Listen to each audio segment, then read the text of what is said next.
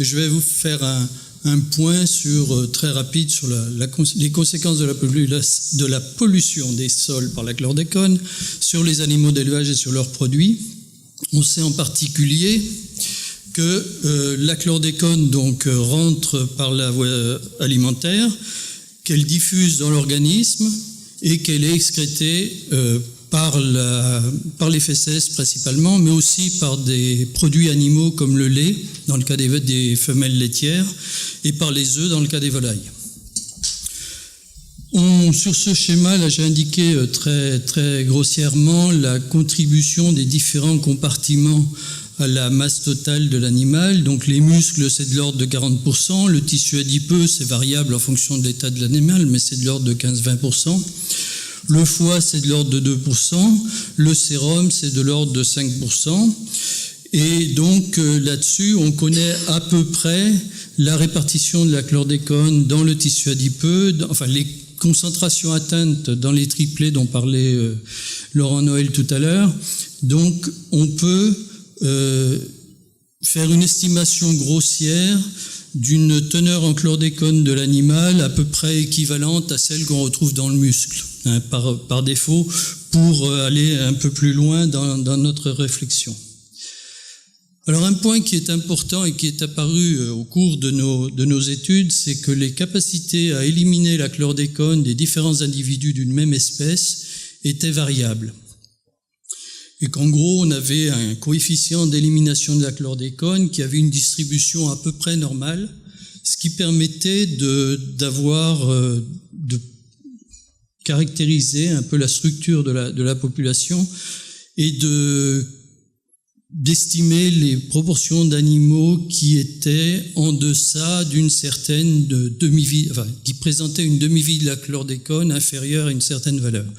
Donc en gros, la médiane dans le cas des bovins, c'est de l'ordre de 43 jours. C'est-à-dire qu'il faut 43 jours pour diminuer la teneur de l'animal en chlordécone, hein, de 50% à partir du moment où on arrête l'exposition.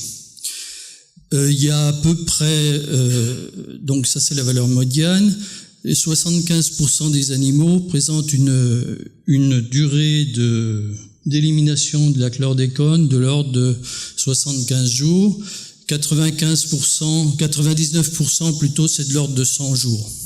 Et il y a quelques animaux extrêmes, on est tombé sur un cas où un animal a mis 130 jours pour diminuer sa quantité de chlordécone corporelle de moitié. Donc ça veut dire que quelque part, il faut prendre en compte ces données-là pour juger de l'exposition à la chlordécone, parce que ça n'a pas du tout le même sens si c'est un animal qui est capable de s'en débarrasser très vite que si c'est un animal qui s'en débarrasse beaucoup plus lentement. Et en particulier, le plateau qui va être atteint au bout d'un certain temps sera beaucoup plus élevé chez un animal qui est pas capable, enfin qui est peu compétent pour se débarrasser de la chlordécone.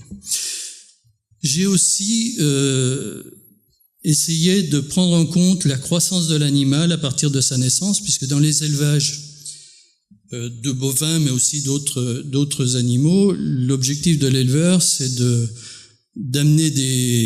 faire se reproduire son troupeau reproducteur et de produire des animaux de boucherie au bout. Donc, en partant de la naissance de l'animal, j'ai essayé de voir quelle était l'évolution de sa teneur en chlordécone en fonction de sa croissance. Pour ça, j'ai pris deux hypothèses. Une hypothèse d'un animal avec une croissance rapide, donc c'est le petit graphique en bas à gauche. Donc une croissance rapide ou une croissance plutôt lente pour ces animaux. Donc en pointillé pour les croissances lentes et en trait plein pour les croissances rapides. Donc avec les hypothèses de capacité d'excrétion de la chlordécone plus ou moins importantes. Donc en noir pour des animaux extrêmes peu compétents pour excréter la chlordécone. En vert, c'est la valeur médiane. En rouge, c'est le centile 95. Donc, on aurait 95% des animaux qui seraient en dessous des courbes rouges. Et j'ai fait aussi une hypothèse, c'est qu'au moment de la naissance, l'animal, le veau, était en équilibre de concentration avec sa mère, elle-même étant au plateau et en faisant une première hypothèse où on avait le même type de compétences pour la mer et pour le veau. Et donc vous voyez que dans ces cas-là, on a d'abord, pendant la phase de croissance rapide de l'animal, une décroissance de sa teneur, de sa concentration en chlordécone par un phénomène de dilution. Et on arrive à un minimum entre 6 mois et un an suivant ses capacités ses vitesses de croissance.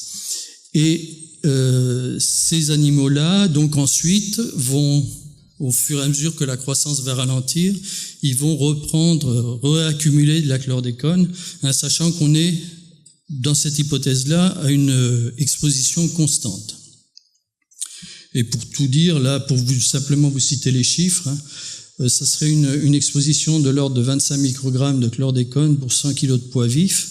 Donc ça représenterait un fourrage ingéré qui serait à peu près à 10% de la LMR qui est appliquée pour les légumes.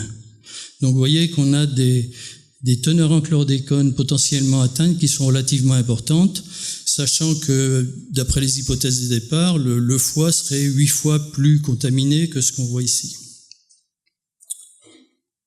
Donc j'ai simplement fait une hypothèse complémentaire où il y aurait une divergence entre la compétence de la mère et celle du veau.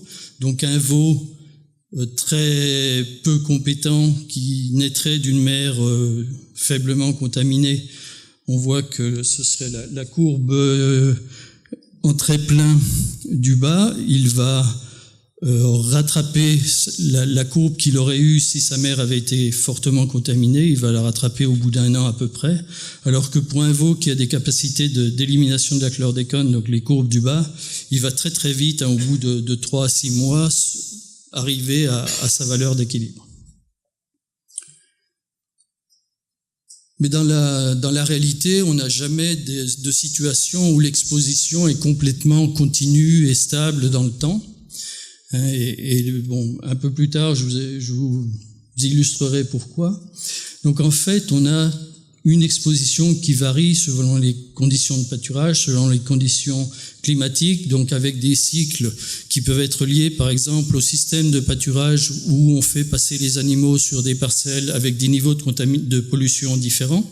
Donc une exposition qui varie de façon cyclique au cours des cycles de pâturage. Et puis ça peut aussi varier en fonction des conditions climatiques, des conditions de croissance de l'herbe, aussi bien que des conditions d'humidité de sol, donc avec des pas de temps plutôt annuels dans ce cas-là. Et on voit qu'on a une exposition, même si on prend une exposition moyenne équivalente à celle qui était citée précédemment, on a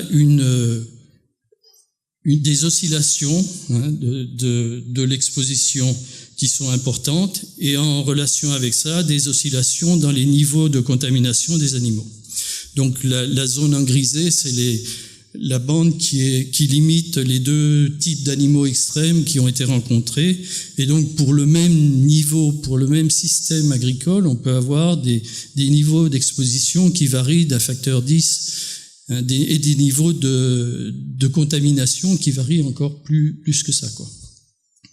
Donc il est difficile, alors si on décale de 6 mois par exemple la naissance des animaux, mais on décale aussi l'exposition, on a quelque chose d'assez différent. Et ça, c'est quelque chose qu'on a intuitivement vérifié dès les premières études qui ont été faites il y a 7-8 ans de ça. C'est qu'on a suivi quelques animaux, donc 13, sur un pâturage pollué, enfin dans une exploitation polluée. On les a suivis donc tous les mois, on a fait des analyses sanguines grâce à Monsieur Thomé, n'est-ce pas? Et donc ça nous a montré que la pollution, enfin le niveau de contamination moyen des animaux augmentait au cours de la saison des pluies, puis diminuait pendant la saison sèche et repartait ensuite. Donc on est allé un petit peu plus loin, on s'est intéressé aux sources d'exposition. Bon, l'eau d'abreuvement polluée, d'après ce qu'on a entendu ce matin de la contamination des organismes aquatiques, il y a peu de chances que la chlordécone présente dans l'eau d'abreuvement des animaux se comporte différemment. Donc il est très vraisemblable que sa biodisponibilité soit égale à 100%. Le sol pollué ingéré et les fourrages qui sont contaminés parce qu'ils poussent sur des sols pollués. Alors, je vais faire un focus de 2 diapos sur le risque d'ingestion du sol, donc en fonction des conditions de pâturage, parce qu'il nous apparaît que c'est un élément important à prendre en compte pour comprendre pourquoi il y a cette contamination et quels sont ces facteurs de variation. Donc, on a fait trois expérimentations successives. Il y en a 2 donc qui étaient dans le cadre de la NR-INSICA, et puis une qu'on avait fait au préalable. Donc, on a utilisé des bovins au piquet pour avoir des mesures individuelles d'ingestion. Et on a, dans un premier temps, fait 2 niveaux de chargement ou d'offres alimentaires quotidiennes avec une herbe, un pâturage, une pelouse rase, disons de mauvaise qualité. Les animaux n'étaient pas vraiment dans des conditions optimales pour exprimer leur potentiel de croissance. Et puis une autre expérimentation où on a fait 3 niveaux de chargement différents, mais avec 2 niveaux d'humidité différents du sol, et puis une herbe qui était quand même nettement meilleure en termes de structure, de hauteur d'herbe et de qualité. Et puis pour terminer, on a fait un pâturage de longue durée dans de l'herbe très haute pour essayer de voir ce qui se passait, d'avoir un modèle de ce qui se passe dans les élevages qu'on rencontre fréquemment, en particulier dans le sud Basse-Terre, où il y a des animaux qui sont maintenus sur le même emplacement de piquet pendant plusieurs jours, parce que le couvert végétal est très long. Donc voici les résultats des deux premières expérimentations. Donc c'est illustré là par une photo. Donc vous voyez qu'au bout d'une journée de pâturage, le sol peut être considérablement piétiné, en particulier en conditions humides comme c'était le cas. Donc sur ce graphique là de gauche à droite, on a une offre fourragère croissante, et puis on a donc les couples qui ont la même offre fourragère. Il y a un traitement humide, un traitement plus sec, et donc et puis il y a le premier traitement qui correspond à l'herbe rase, donc à 70 et à 130, c'est en brun. Donc on voit tout de suite que quand l'herbe est rase, certes on a un effet de l'offre fourragère, mais on a quand même une consommation, enfin une ingestion de sol qui est très importante, beaucoup plus importante que quand l'herbe a une structure beaucoup plus épaisse, plus fournie, avec une hauteur d'herbe plus importante. Et puis, il y a un facteur aggravant, effectivement, c'est l'humidité du sol, et en particulier quand l'offre alimentaire est assez restreinte. On a donc essayé de voir ce qui se passait dans le cadre d'un élevage traditionnel où les animaux sont dans de l'herbe de très haute et qu'ils passent plusieurs jours au même endroit. Donc vous voyez les 3 photos correspondent à la situation avant pâturage en haut. Au bout d'une journée de pâturage en bas, on peine à apercevoir les animaux quand ils sont couchés dans l'herbe. Et puis à la fin de la période de 10 jours de pâturage en bas. Et on a donc estimé les quantités de sol ingérées. Et on s'est rendu compte qu'il y avait très peu de variations d'un jour sur l'autre. Par contre, il y a des variations individuelles importantes. Il y a des animaux qui ingèrent toujours plus de sol que d'autres. Et ça, on pense que c'était même pas lié au pâturage à proprement parler, mais plus à des capacités de choix alimentaires, enfin des comportements individuels qui font que certains sont plus sélectifs que d'autres. Alors là-dessus, que faire ? Première alternative, si on veut éviter de produire des denrées contaminées, ça serait éviter de contaminer significativement les animaux. Alors on a fait des estimations, compte tenu des capacités d'excrétion des animaux et des quantités ingérées normales, habituelles, pour 100 kg de poids vif, de façon à avoir une référence. L'eau seule, elle est ingérée à peu près à 5 litres par jour, parce que les animaux retrouvent pas mal d'eau dans leur alimentation normale. Donc pour ne pas excéder 1 microgramme par kilo dans le foie, y compris chez 99% des animaux, il faudrait que l'eau en permanence soit inférieure à 0,165 microgrammes par litre. Si vous admettez un seuil plus important de contamination, vous multipliez par autant de microgrammes que vous souhaitez. Le fourrage seul dans un cas d'élevage hors sol, sachant qu'un bovin peut en ingérer de l'ordre de 2 kg à 2,5 kg par jour, il ne faudrait pas qu'il dépasse 0,033 microgrammes par kilo de matière sèche pour qu'on soit sûr que dans 99% des cas, le foie ne dépasse pas 1 microgramme de chlordécone par kilo frais. Et quand on combine, donc ça c'est dans le cas des élevages hors sol, avec des fourrages qui seraient récoltés sur des parcelles potentiellement polluées, dans le cas de pâturage, il faudrait que le couple sol plus fourrage, on pense que dans les conditions les plus défavorables, la consommation de fourrage serait un peu plus faible et la consommation de sol serait relativement importante.